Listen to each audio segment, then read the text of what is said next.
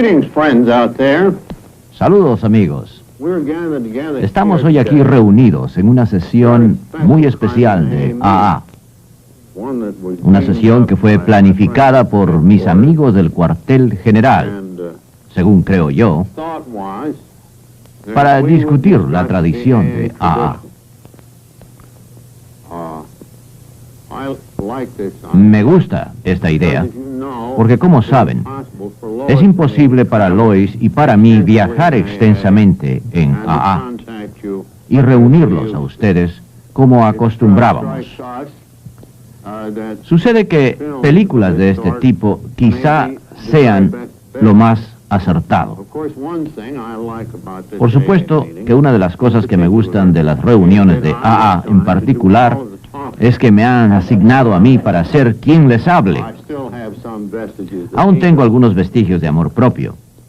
Speaking Y hablando of de ego, esto, tiene mucho que ver con la formación de la tradición de AA. En primer lugar, como todos sabemos, siempre estaremos amenazados por fuerzas malignas internas. Y ciertamente, en medio del gran peligro en que vivimos, debido a fuerzas externas amenazadoras. Así que un problema primordial, el problema de AA, es primero cómo sobrevivir y luego crecer y prosperar en números y en substancia espiritual en los años venideros. Como prácticamente todos sabemos, estas tradiciones son la aplicación de los 12 pasos de AA. El espíritu de esos apostolados o pasos hacia los problemas prácticos es el de vivir y trabajar juntos como una sociedad en armonía, de adecuadamente relacionarnos a esas fuerzas que con frecuencia han destrozado sociedades, los problemas de dinero, del poder,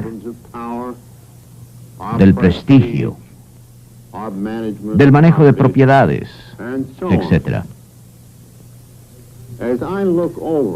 Cuando miro la lista de tradiciones, me siento francamente anonadado ante las decisiones aparentemente bastante acertadas que hemos hecho. Debo recordarles que los 12 pasos o apostolados de AA hacia la recuperación primeramente aparecieron en 1939 en el Gran Libro y ahora tienen más de 30 años, los cuales nos han servido estupendamente bien. Ahora que las tradiciones se acercan a los 25 años, ya que se publicaron en el 46, y estas también nos han servido muy bien. Y mientras existe un vasto campo para la interpretación de estos principios y sus aplicaciones son numerosas, la parte medular de cada una permanece aún como fueron escritas. De manera que estos son los hechos incontrovertibles de las tradiciones. La gente, al observar las tradiciones, halla muy claras las declaraciones y, paradójicamente, empero, algunas son desconcertantes. Los recién ingresados preguntan, por ejemplo, ¿qué quieres decir que no hay aquí reglas? ¿Cómo que soy miembro si así lo digo yo? ¿Cómo que nadie puede administrar esto permanentemente? ¿Cómo que no hay sanciones o castigos? ¿Cómo que no hay controversia pública? Cada sociedad está mezclada con controversias públicas y a los borrachos les encanta. ¿Qué quiere decir con que no hay controversias, etcétera, etcétera? De modo que por lo que no entienda la generalidad de miembros de AA y entre nuestros amigos, es porque seleccionamos estos principios particulares y cómo llegaron a realizarse, y unos cuantos en este momento que ya tenemos la edad, recordamos las tremendas batallas sostenidas entre nosotros mismos al tratar de arribar a estas decisiones. Y como consecuencia de haber sido el más antiguo en este asunto, después, claro, de Bob, número 2, estuvimos especialmente en medio de todo esto. Ahora que el Dr. Bob era inherentemente una persona mucho más calificada espiritualmente que yo, y era natural, porque era médico. Él se abocó al trabajo de los 12 maravillosos pasos, junto con Ignacia, y luego alegremente me pasó la labor de escribir y de hablar en el cuartel general en Nueva York y todas esas cosas. Teníamos una división de trabajo de manera que yo en particular estaba sujeto a grandes y personales tentaciones. En otras palabras, la mayor parte de estas tradiciones realmente eran contrarias a algunas de mis iniciales y algunas veces secretas metas. Y algo de este contenido me gustaría compartir con ustedes, debido a que es relevante a todos los que siguen a los viejos maestros. Esto es, estas tentaciones recurren una y otra vez. De suerte que considero que quizás me gustaría compartir algunas de estas cosillas con ustedes. Teniendo en cuenta este historial, examinemos directamente estas 12 tradiciones. Aquí está la primera. Nuestro bienestar común debe tener la preferencia. La recuperación personal depende de la unidad. Este es un prudente recordatorio y ciertamente es una advertencia estricta de que mientras AA continúa viviendo, la mayor parte de nosotros seguramente morirá. Y de la misma manera, incontable número de alcohólicos que hemos ayudado. Es por ello que el bienestar común debe ser primero. Sin unidad y sin una acción armoniosa, no tendremos absolutamente nada. No puedo enfatizar mejor en torno a la tradición del bienestar que referirles a los 12 pasos y 12 tradiciones que con un adecuado preámbulo aparecerá en nuestra publicación, sentando el tono y la norma de la discusión, como sigue. Y permítanme compartir esto con ustedes. La unidad de Alcohólicos Anónimos es la cualidad más preciada que posee nuestra sociedad. Nuestras vidas, las vidas de todos los que vendrán, dependen ciertamente de ello. Permanecemos juntos o la sociedad muere. Sin unidad, el corazón de AA cesa de latir. Las arterias de nuestro mundo no podrían ya más sobrellevar la gracia de Dios, dadora de vida, y el regalo que nos ha hecho de ella se desperdiciaría sin propósito. De vuelta a sus tabernas, los alcohólicos se nos acercarían y nos dirían qué cosa tan grande pudiera haber sido AA.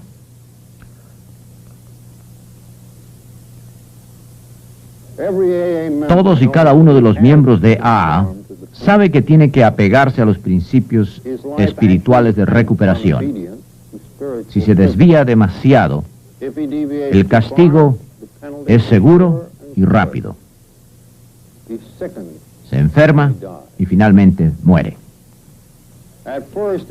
Al principio, ya dentro de AA, el alcohólico se queda porque debe hacerlo, pero posteriormente descubre una manera de vivir que él realmente desea vivir. Más aún, halla que no puede conservar este invaluable regalo a menos que lo dé. Ni él ni nadie puede sobrevivir a menos que el mensaje de AA sea obedecido. En el momento en que el trabajo del 12º paso forma un grupo, otro descubrimiento es realizado, y es que la mayor parte de los individuos no pueden recuperarse a menos que exista un grupo. El individuo se da cuenta entonces que él no es más que una parte pequeña de un gran todo, que ningún sacrificio personal es demasiado grande para la preservación de la camaradería. Aprende entonces que el clamor del deseo y la ambición dentro de sí deben ser silenciados cuando quiera que estos pudieran lesionar al grupo. Se hace claro que el grupo debe sobrevivir y no el individuo. Lo mismo sucede con AA. Mediante el trabajo y la fe hemos podido edificar en base a una experiencia increíble, la misma que perdura en las 12 tradiciones de los alcohólicos anónimos, que con el favor de Dios nos sustentarán en la unidad por tanto tiempo como lo necesitemos. Como ven, nuestra función original tuvo que ver con la gente que comenzó a formar grupos.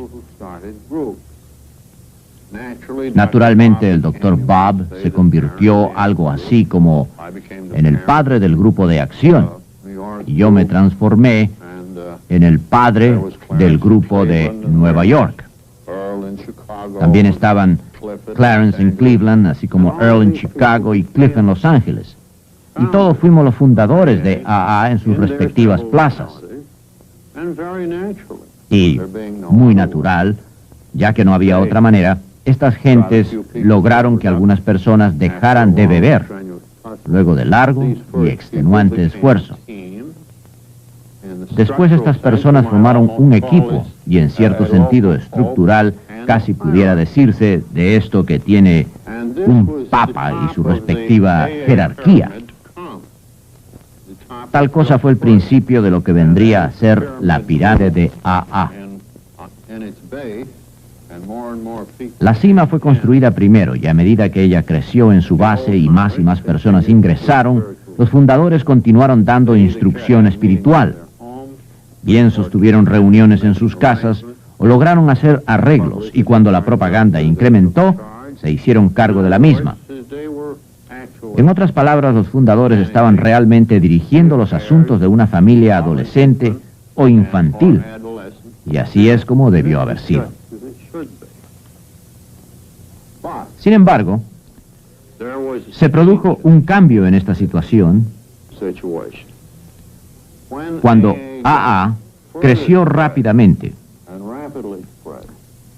siendo primeramente los artículos en Cleveland del Plain Dealer y luego por el señor Rockefeller, y finalmente el éxito tremendo en 1941 del artículo del Saturday Post, que en el término de un año nos trajo más de 6,000 nuevos miembros. Posteriormente, tuvimos el mismo fenómeno, con la excepción de que los fundadores locales, todos entonces modelos de sensibilidad, no pudieron durar mucho tiempo, y así más y más tenían una disposición entre estas grandes masas de socios que preguntaban: bien, estos viejitos están buenos y sanos, pero ¿manejarán nuestros destinos por siempre? La presión estaba sobre nosotros, Bob y yo, particularmente, hacia algunos de estos fundadores o iniciadores, y dado que fuimos los primeros, parecía que teníamos la calidad de durar más tiempo que los otros. De hecho, apenas me retiré hace unos años y la muerte retiró a Bob. Pero de cualquier modo, esto fue lo fundamental. Así que empezamos a desarrollar el grupo que, en efecto, se dijo: ustedes viejitos deben ya de ponerse al margen. Pero a aquellos de ustedes a quienes respetamos, seguiremos consultándoles, y aquellos que aún están, digamos, en desarrollo, los marcaremos como sangrantes D. Pues bien, esto inyectó un nuevo vigor, ya que encima de la pirámide del servicio asomó algo para cada grupo, y que cambió el personal cada cierto tiempo, a efecto de permitir o impedir que alguien tuviera demasiado poder, y a esto se le llamó un comité rotativo, cosa que al nivel de grupo estaba bien, y así fue fácil que todos, al unísono, nombraran grupos de éxito que actuaban exactamente en la forma de una reunión conciliar.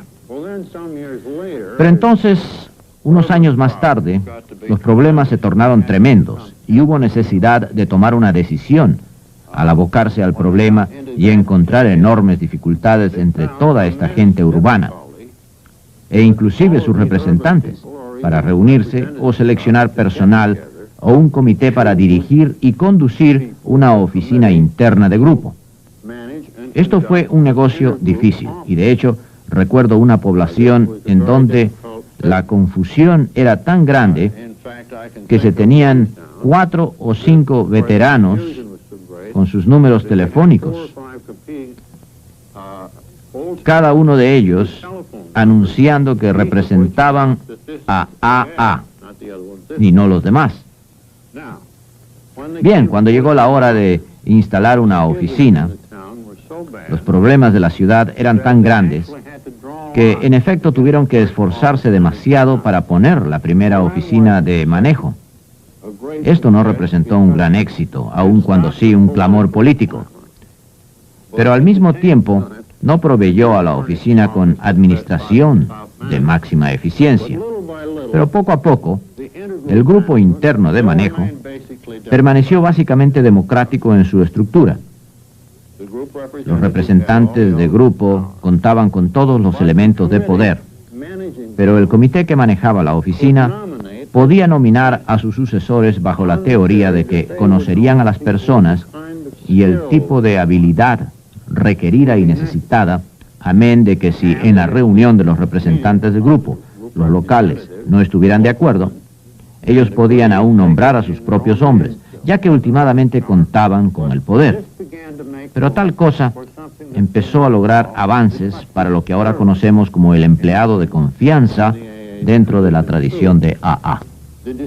El descubrimiento de que no se puede operar AA en una área urbana grande sobre bases exclusivamente de reuniones conciliares o citadinas fue demasiado grande, sin mencionar los servicios mundiales de AA. Lo que quiero decir es que no se puede elegir a un grupo de custodios para servir aquí en Nueva York, simplemente colocando o sacando algunos nombres para que se vote sobre ellos en todo el mundo. Simplemente esto no funcionó. De suerte que después de un tiempo, aun cuando el poder último continuó siempre dentro del grupo, la estructura siempre funcionó igual, de manera que los empleados o los servicios más importantes fueron seleccionados parcialmente por nombramientos, y todos estaban sujetos a verificación con el grupo de conciencia.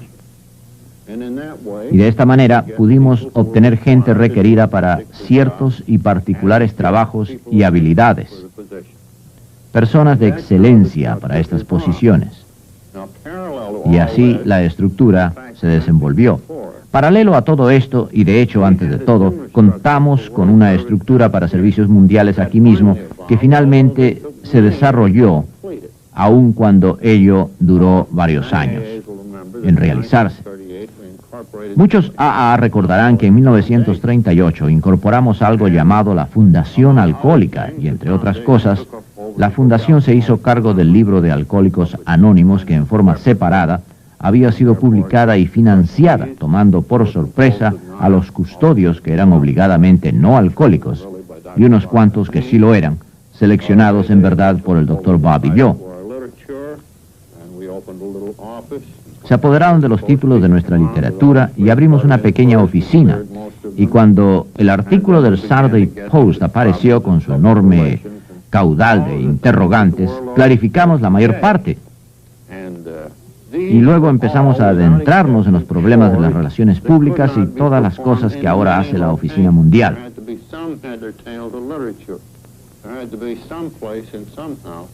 Y sin excepción, estas labores no podían ser desarrolladas en muchas partes. Hubo que hacer decisiones sobre tópicos de literatura. Había que tener un lugar y de alguna manera un gran número de otros servicios. Y en cuanto a las relaciones públicas, las normas tuvieron que ser elaboradas, etc. Por muchos años, y supongo que esto fue parcialmente porque Bob y yo habíamos establecido este precedente desde 1938, antes de que existieran grupos internos, esto al menos en Nueva York, no pudo desarrollarse. parcialmente a que se consideraba que ya que los grupos estaban confrontando muchas dificultades, aún para tener un club sin causar un clamor o bien para manejar sus asuntos más sencillos, ¿cómo era posible que pudiéramos imponer la tradición en una situación como esta? La operación había sido muy exitosa. Nuestros amigos dentro de una minoría en la Junta eran no alcohólicos, como una manera de protección a los caprichos del Dr. Bob y de personas como el Dr. Bob y yo y otros custodios alcohólicos. Se necesitó desde 1945 inmediatamente el aparecer de la tradición hasta 1951 a efecto de persuadir a todos los interesados que a manera de experimento deberían de convocarse aquí en una conferencia de delegados, cuando menos en los Estados Unidos y Canadá, adecuadamente balanceada de acuerdo a la población de cada localidad, a efecto de echar un vistazo a estos servicios que habíamos estado brindando todos estos años, que consideramos habían sido invaluables para AA y que pudieran ser responsables por la mitad de nuestro crecimiento, así como para una gran unidad. De suerte que fue así como el grupo de conciencia se produjo y es lo que se entiende como empleados o subalternos de confianza. Personas especiales seleccionadas por sus habilidades especiales, pero jamás personas que llegaron a gobernar. Y así llegamos a la tradición número 3, que tiene que ver con el importante asunto de la membresía. Nosotros, los alcohólicos, hemos sido personas retraídas. Algunas veces hemos sido virtualmente prisioneros de la sociedad o prisioneros de nosotros mismos. De manera que cuando AA pone la mano sobre el alcohólico, ¿qué es lo que éste desea? Él desea libertad. Desea pertenecer a algo o a alguien. Por lo tanto, hemos tratado de reducir cualquier posible resistencia que pudiera tener.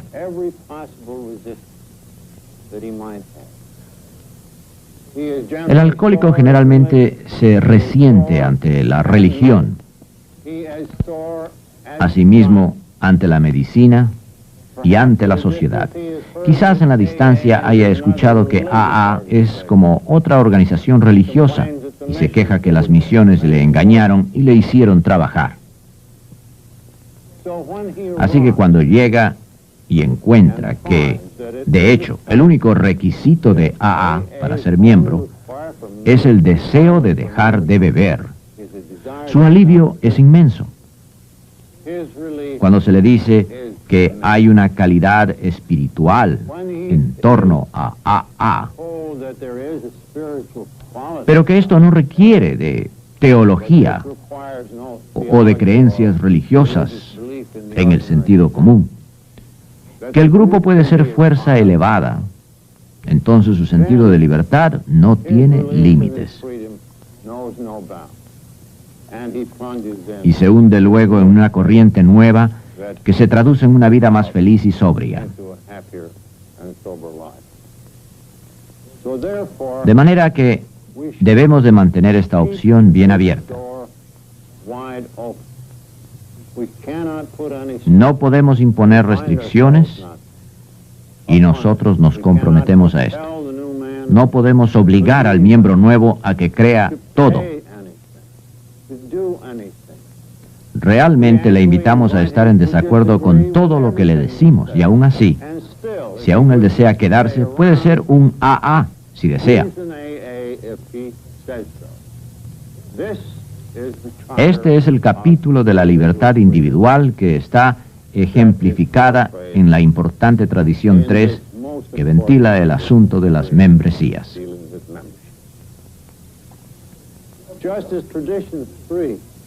En la misma forma que la tradición 3 es un capítulo sobre la libertad individual, así la tradición 4 se refiere a la libertad de grupo e impone la interrogante: ¿cuándo es un AA un grupo? ¿Posee algunas limitaciones sobre su libertad? A lo que respondemos no. Cada grupo de AA, como el individuo, tiene el derecho de equivocarse. Lo único que pedimos, pero no demandamos, de un grupo tratando de alcanzar la sobriedad y que desea autonombrarse AA, es que no mezclen públicamente el nombre de la organización con otras actividades.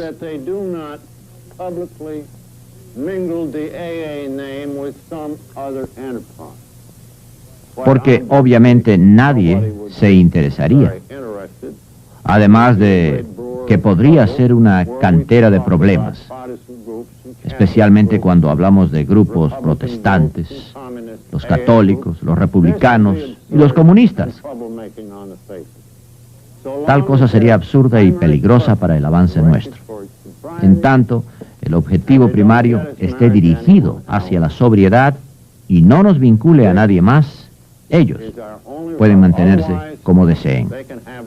Y hay que recordar, en la tradición 2, el grupo mismo es la base última de la autoridad para todo movimiento. De suerte que aún en una reunión citadina democrática, las restricciones sobre cada organismo son mucho más grandes que para AA en grupo. Es en verdad un capítulo de gran vastedad. Ahora sabemos que estamos seguros y sanos debido que como consecuencia de un gran desvío de nuestros principios tradicionales, o bien que los 12 principios o pasos acarrean sus propias presiones y castigos. Dejemos en manos de Juan de los Palotes hacerse cargo de los tontos. Entre tanto, formulemos nuestros grupos en pro de la libertad, así como al individuo. Esta es la tónica. Hasta ahora hemos considerado la autonomía de grupo o autodirección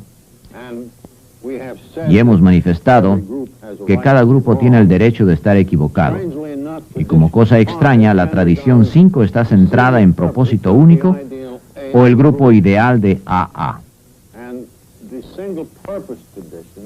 Cosa que ha tenido una larga historia de conflictos.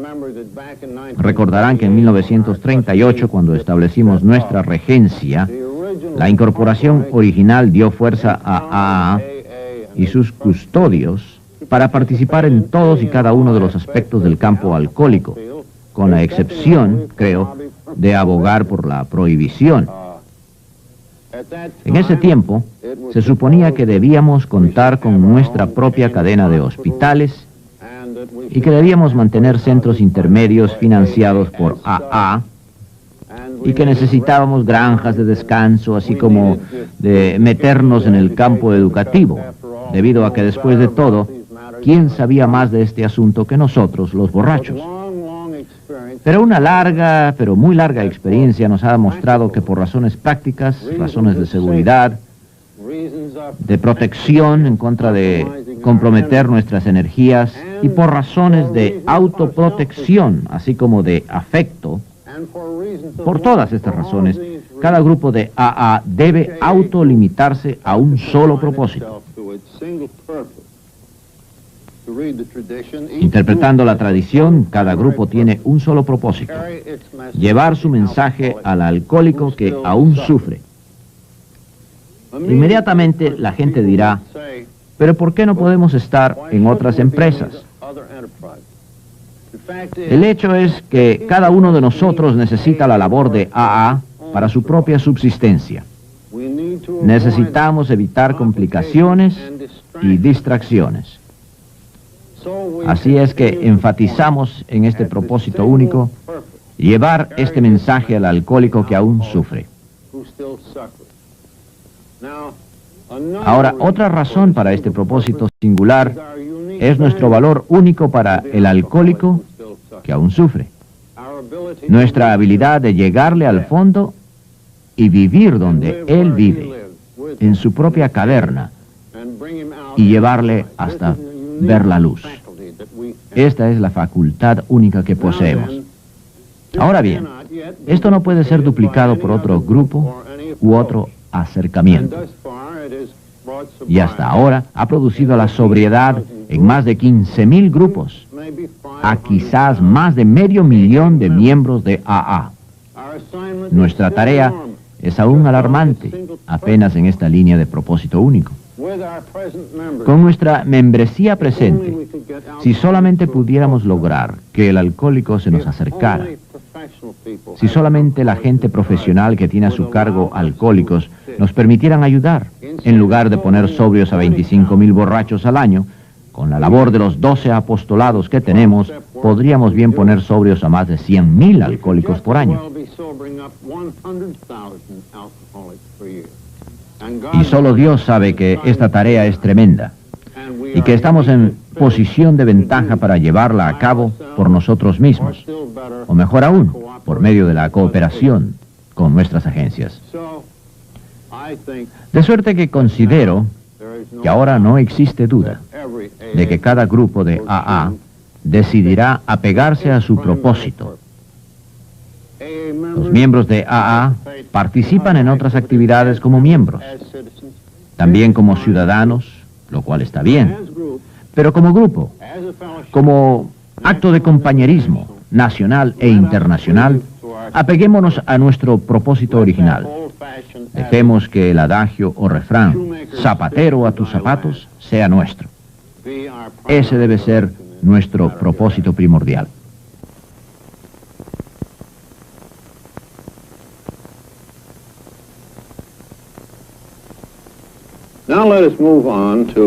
Pasemos ahora a la tradición 6, que se interpreta así.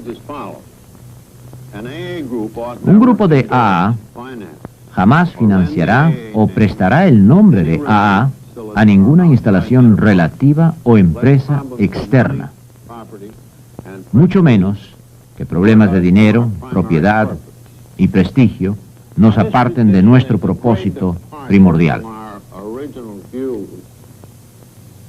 Ahora que esta tradición implica una gran desviación de nuestros iniciales puntos de vista, ya que en 1940 aún pensábamos que para una buena empresa el nombre de AA debía estar obtenible si ellos estaban primariamente formados de miembros. De suerte que con todo mi consentimiento prestamos el nombre de AA a una empresa educacional manejada por un gran amigo mío. Y el primer efecto de esto fue muy bueno. En esos días, desde luego, esperábamos mayor publicidad.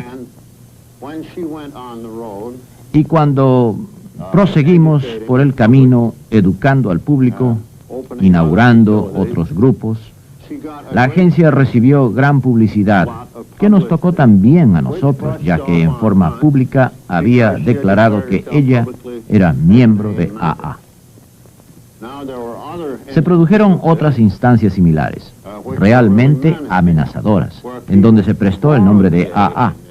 Se rompió el anonimato a nivel público y por tanto hubo peticiones de que nos asociáramos a otras empresas.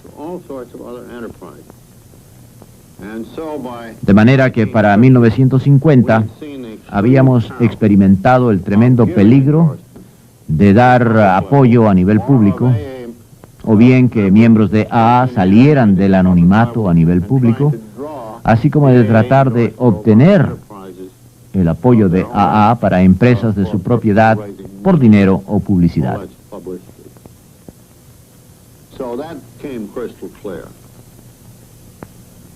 Ahora pasemos a la tradición 7, que dice que cada grupo de AA debe ser autofinanciado, declinando contribuciones externas, cosa que nos tomó bastante tiempo para acostumbrarnos a ello. Cuando nuestra fundación, que forma ahora la Junta General de Servicio, quedó asentada, pensamos en términos de grandes fondos y nos consideramos muy afortunados al obtener algunos de los amigos del señor John D. Rockefeller para que fungieran en la Junta, no solo porque estaban profundamente interesados, sino porque ello era una manera de obtener fondos que ciertamente proveería el señor Rockefeller. Por un tiempo pareció que proveería los fondos para nuestra recién creada fundación, especialmente cuando en la primavera de 1940, a 2 años de comenzada, repentinamente anunció que le gustaría hacer una cena e invitar a sus amistades para escuchar la historia de los alcohólicos anónimos. Claro, el evento se produjo y Nelson Rockefeller representó a su padre, quien estaba enfermo. Asistieron Harry Emerson Fosdick y un gran número de celebridades en el mundo de las finanzas y otras actividades, dentro y fuera de Nueva York. Cuando menos estaban en la sala representados en capital $500 millones. Y pudimos aún, cuando con timidez, pedir contribuciones y recibir considerable ayuda.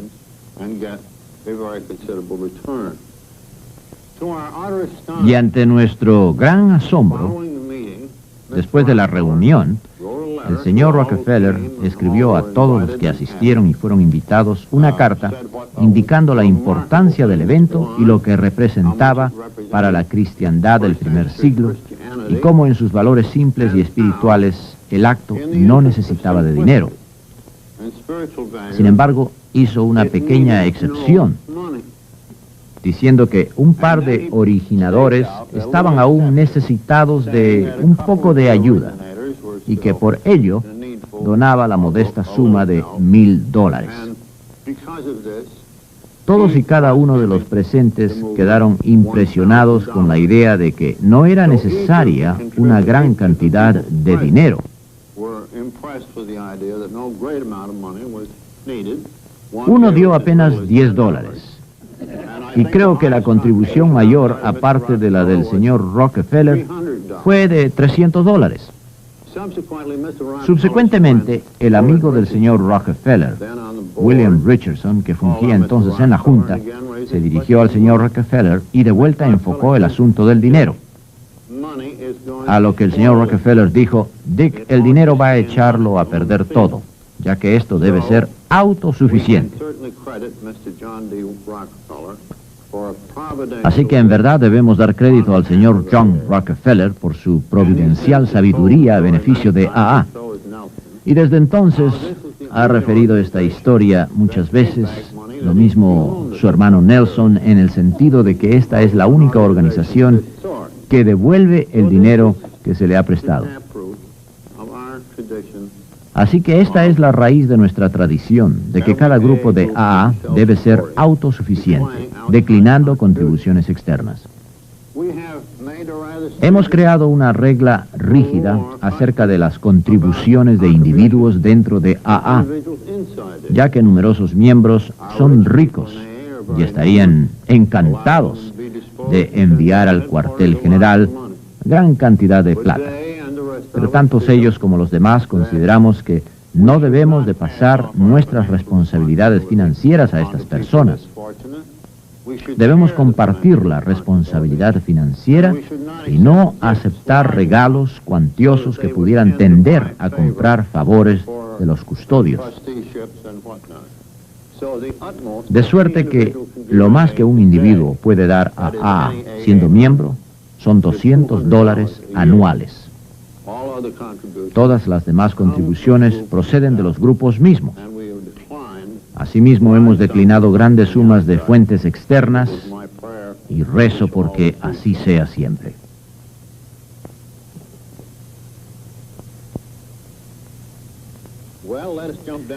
Bien, pasemos ahora a la tradición número 10. El profesionalismo, y como tal, AA jamás debe ser organizada. Ha estado bien cubierta, tanto directa como indirectamente. Sin embargo, la tradición 10 dice que los alcohólicos anónimos no tienen opinión sobre tópicos foráneos. Por tanto, el nombre de AA jamás debe ser arrastrado a controversia pública. Pues bien, jamás hemos tenido ningún problema en este sentido. Y por supuesto, la tradición de anonimato ha servido para ello. Finalmente, nos hemos mantenido alejados de dar apoyo o de vernos comprometidos en este sentido por nuestra propia gente. De suerte que este tópico jamás ha materializado. En este sentido somos únicos entre las naciones y las sociedades, ya que estamos en posición de absoluta neutralidad referente al mundo y a los problemas de nuestra comunidad.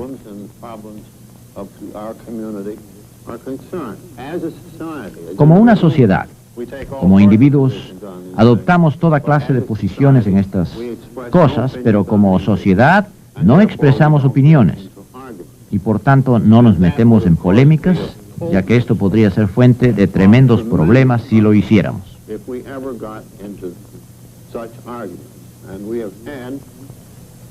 Históricamente, hemos tenido un momento al que llamo nuestra atención y que fue gracias a un buen amigo, Milton Maxwell, profesor y sociólogo, quien una vez escribió una serie de artículos sobre el pseudo-movimiento washingtoniano.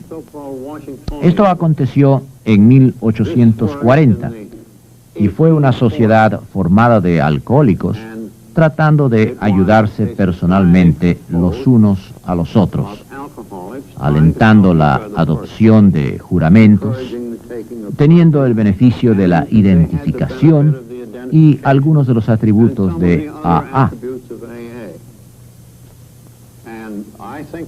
Y creo que en los primeros 2 o 3 años de su existencia, como unos 500,000 se afiliaron, lo que representa tantos miembros activos de AA actualmente recuperados. Pues bien, esto, claro, fue sensacional. En aquel tiempo el movimiento de prohibición estaba en pleno apogeo y existían otros tópicos públicos. La guerra civil era inminente y la esclavitud era todo un tópico.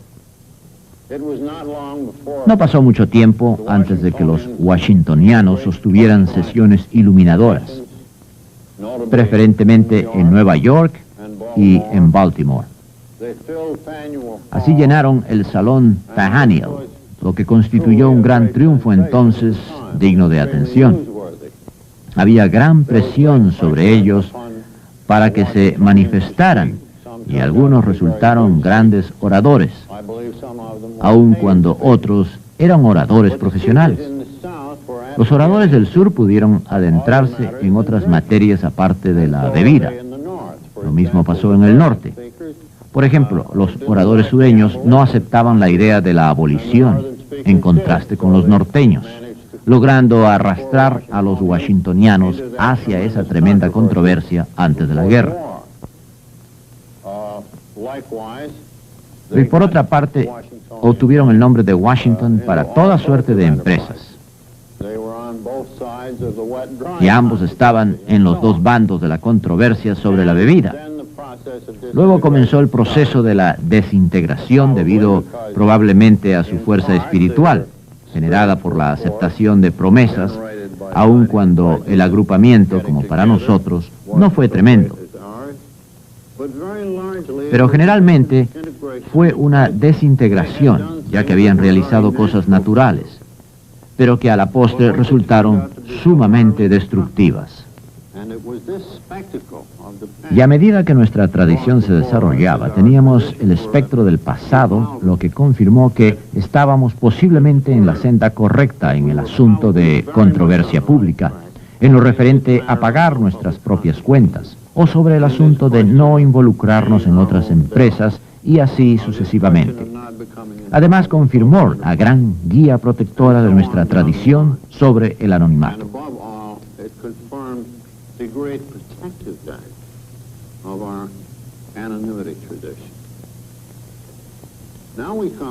Ahora entramos a la tradición 11, que es muy importante e indica que nuestra política de relaciones públicas está basada en la atracción y no en la promoción. Necesitamos siempre mantener el anonimato personal al nivel de prensa, de radio y de películas. Deseo enfatizar ahora que esta película es para el beneficio de AA y no está al alcance del público.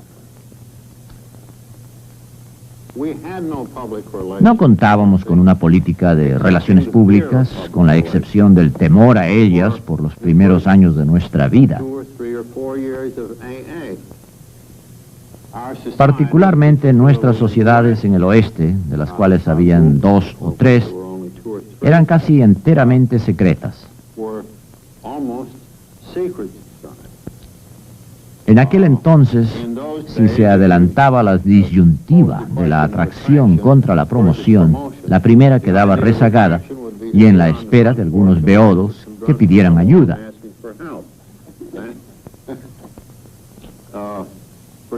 Por ejemplo, la condenación severa de la gente de Filadelfia que había ido hasta el dueño del Washington Post, Curtis Back, pidiéndole que se interesara en nuestra agrupación.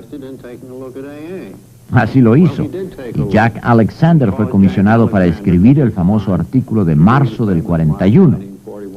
Por supuesto, la arena estaba abierta tanto a neófitos como contendientes, y pronto, rompiendo el anonimato, empezamos a enfrentarnos al público.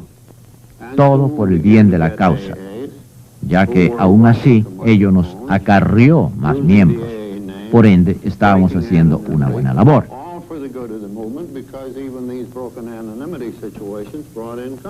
Y recuerdo que ellos habían pensado con frecuencia que debería existir un propósito doble en todo esto, lo cual sería algo muy bueno. Y recuerdo cuando alguien postuló para un cargo público en el sur, lo que se dio en llamar la plataforma AA. Creo que buscaba la Procuraduría de Distrito, de manera que al mismo tiempo que se hacía publicidad, lo hacía para AA. También otro sujeto manifestó frente a los micrófonos que en breve produciría una serie de charlas sobre AA, las cuales estarían patrocinadas por su empleador, que era la compañía aseguradora Gulf. Así tuvimos momentos decisivos tratando de dilucidar en dónde terminaba la atracción y dónde comenzaba la promoción. En ese momento empezó a ser evidente que ambos tópicos representaban los extremos, y así el tema de la atracción era tan conservador que su postulado de no hacer nada nos haría pudrirnos por falta de acción, y los promotores, si se salían con la suya, nos harían propaganda exorbitante en toda la gama del medio publicitario.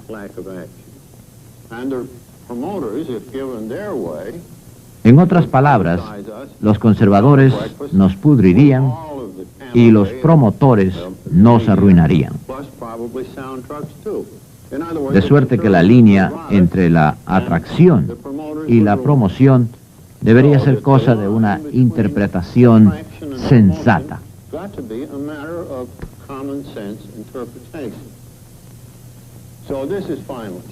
Así que finalmente todo esto se arregló. Ahora parecería que el anonimato era la prevención de toda publicidad nociva, porque la gente no se abalanzaba sobre el micrófono con estos motivos, y nosotros no fuimos muy lejos en cuanto a hacer promoción o cualquier otra cosa. Teníamos entonces una política de relaciones públicas que incluiría un creciente número de gente que vendría a AA y se curaría. Y ahora llegamos a la tradición 12, y esto comprende todas las tradiciones. Hasta ahora ustedes han estado escuchando un recital quizá muy largo sobre los valores protectivos de las tradiciones de nuestra sociedad. Hemos estado hablando mucho en cuestión de simplemente evitar una calamidad, adoptando medidas prudentes y comunes.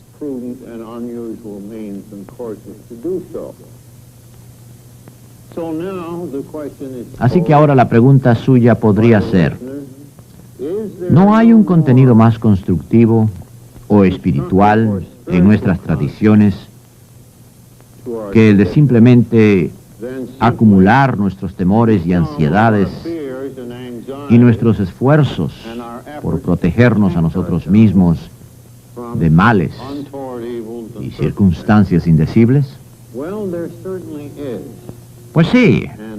Por cierto, todas estas tradiciones tienen elementos de sacrificio.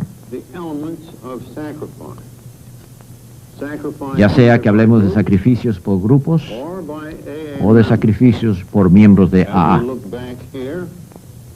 Cuando contemplamos la tradición del bienestar común, la gente solía decir, pues es el borracho la persona importante, pero ¿cómo se va a curar en grandes números si no hay compañerismo?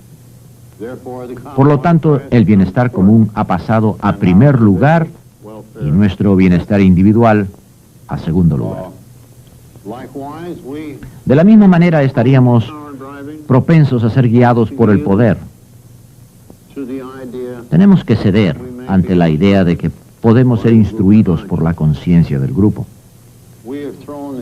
Hemos puesto de lado toda ambición de ser prominentes como sociedad en el campo del alcoholismo. Nuestros miembros vienen como individuos y ciudadanos, y es allí donde deben quedar. Pero la sociedad dice, no, nosotros nos apegaremos a un solo propósito. Hemos sacrificado la oportunidad de recolectar grandes sumas de dinero para esta sociedad y para otros, al adoptar la tradición de rechazar donaciones foráneas.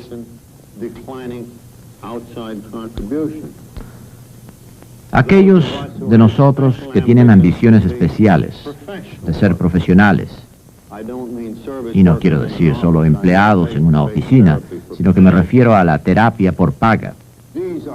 Estas son ambiciones legítimas, pero ninguna lo suficientemente buena.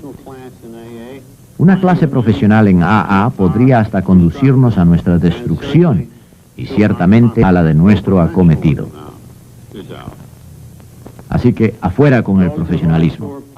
Aquellos de nosotros que están acostumbrados al poder, les gustaría quizás inconscientemente algunas veces y conscientemente en otras, ser los que gobiernen permanentemente los destinos de AA. Pero ahora sabemos que nuestra fuerza yace en ceder cuando llegue el momento de hacerlo. Y yo lo reconozco en mí mismo. Hace algún tiempo llegó mi momento de ceder. Y desde entonces nuestros asuntos han estado siendo manejados por nuestros custodios sin ninguna interferencia de mi parte durante estos últimos años. Y así debe ser.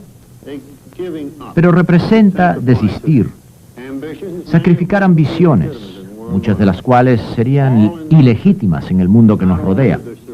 Y todo por el bien no solo de la supervivencia, sino de la efectividad y el placer de la vida que encontramos en ello y que apreciamos tanto.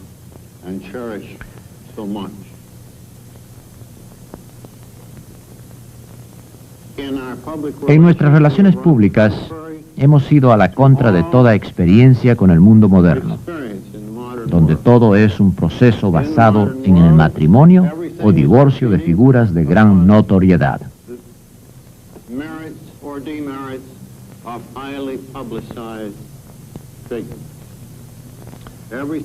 Todo está funcionando en torno a la fricción y a la controversia.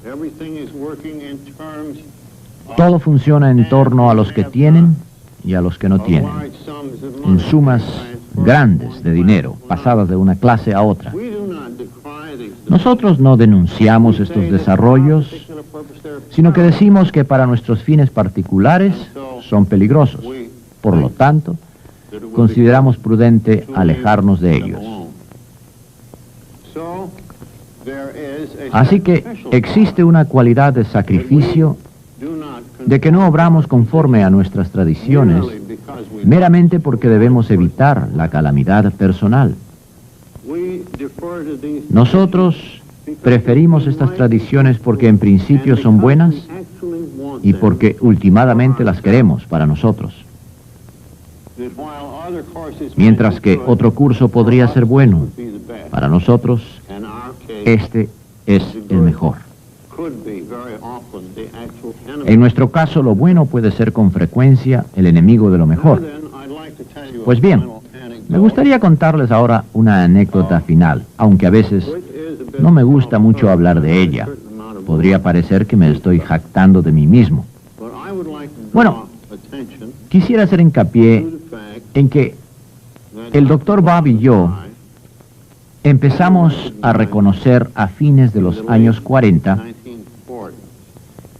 que nosotros teníamos una responsabilidad muy especial en cuanto a sentar el ejemplo en cuestiones de anonimato. Que la conformidad con el anonimato no era únicamente para cumplir con nuestro mandato de no dejar que nuestros nombres y fotos fueran publicados por todo el mundo, sino que era más que evitar todo eso, que nuestros nombres fueran publicados ampliamente, sino que se extendía también a la aceptación de distintivos, así como de honores especiales. Esto sucedió, y entonces comenzó la conversación entre el Dr. Bob y yo.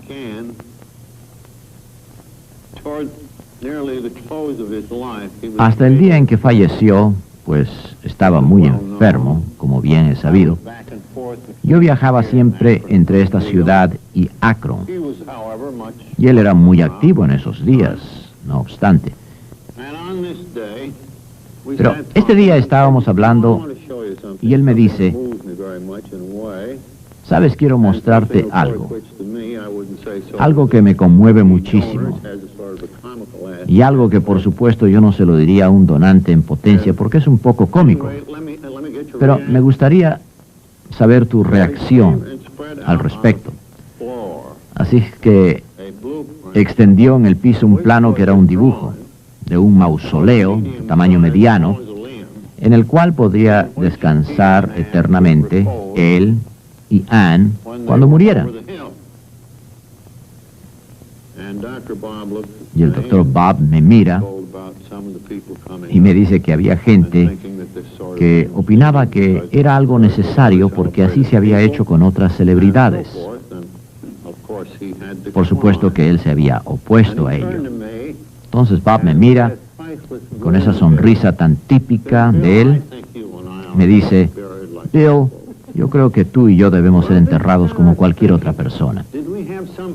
Y me hizo pensar que tenemos alguna otra obligación en cuanto a esta tradición de ser anónimos.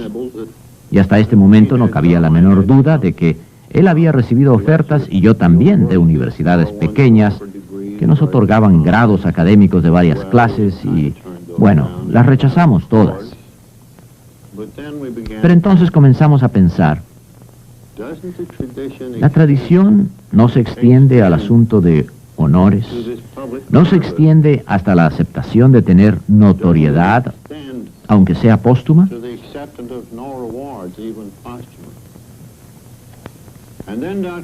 Entonces el Dr. Bob finalmente murió, y tanto él como Anne fueron sepultados, como cualquier otra persona. Ella había estado mal desde hacía tiempo. Pronto, una nueva serie de tentaciones empezaron a desarrollarse en mí. La revista Time, hace unos años, pidió que algunos de nosotros viniéramos a verles. Yo estaba incluido, desde luego. Nos llevaron arriba a un almuerzo que duró mucho. Allí esta gente escuchó la historia de A.A. Y después dijeron, bueno, ahora los hemos tratado bien a ustedes y queremos seguir haciéndolo. Pero ahora nos gustaría que tanto usted como Bill nos dieran unos datos biográficos de ambos, y nos gustaría hacer de esto un reportaje que apareciera en la portada. Y déjennos decirles, antes que digan que no, que si ustedes salen en la portada, si hacemos esto, un reportaje de portada, aumentaría enormemente el impacto del reportaje, como una docena más que si no saliera anunciado en la portada. Nuestra circulación es como de 12 millones. Ahora lo que queremos es hacer un reportaje de A.A. junto con un sketch biográfico de ustedes. Y yo les dije, sobre lo del anonimato. Oh, no, interrumpieron, eso lo sabemos. Estamos de acuerdo en mantenerlo. Usted simplemente voltea la cara de la cámara. Así su perfil será visible solamente. Nosotros respetaremos las reglas. Pues debo confesar que la propuesta era un dilema. Con toda honestidad les puedo decir que yo no me sentí especial o personalmente tentado por la oportunidad de que se me hiciera una biografía. No me parecía justo que yo cooperara en tal esfuerzo. En cuanto a lo del anonimato, claro, ellos lo respetarían.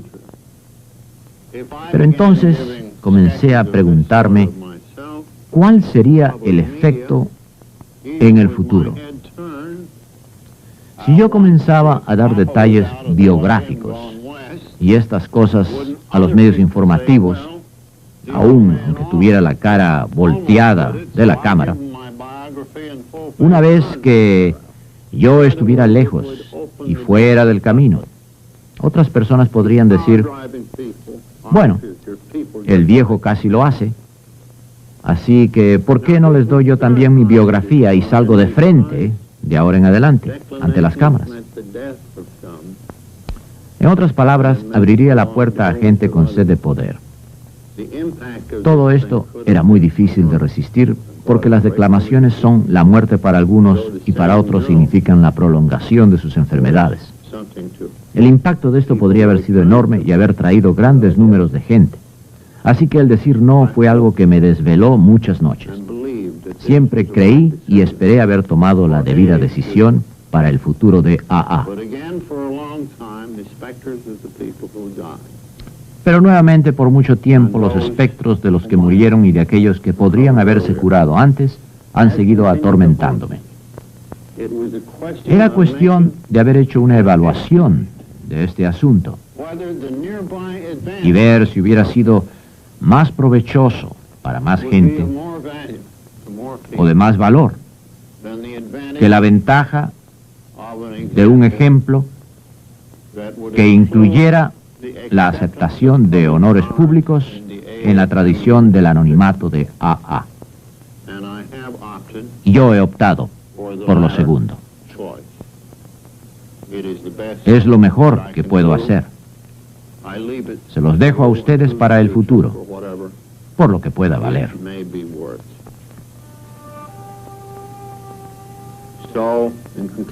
Así que en conclusión, mis queridos amigos, mil gracias por haberme acompañado y gracias a los que me vieron a través de la cámara. Y a todos mis queridos amigos distantes, mi eterna gratitud. Y que Dios los bendiga por siempre a ustedes y también a Alcohólicos Anónimos.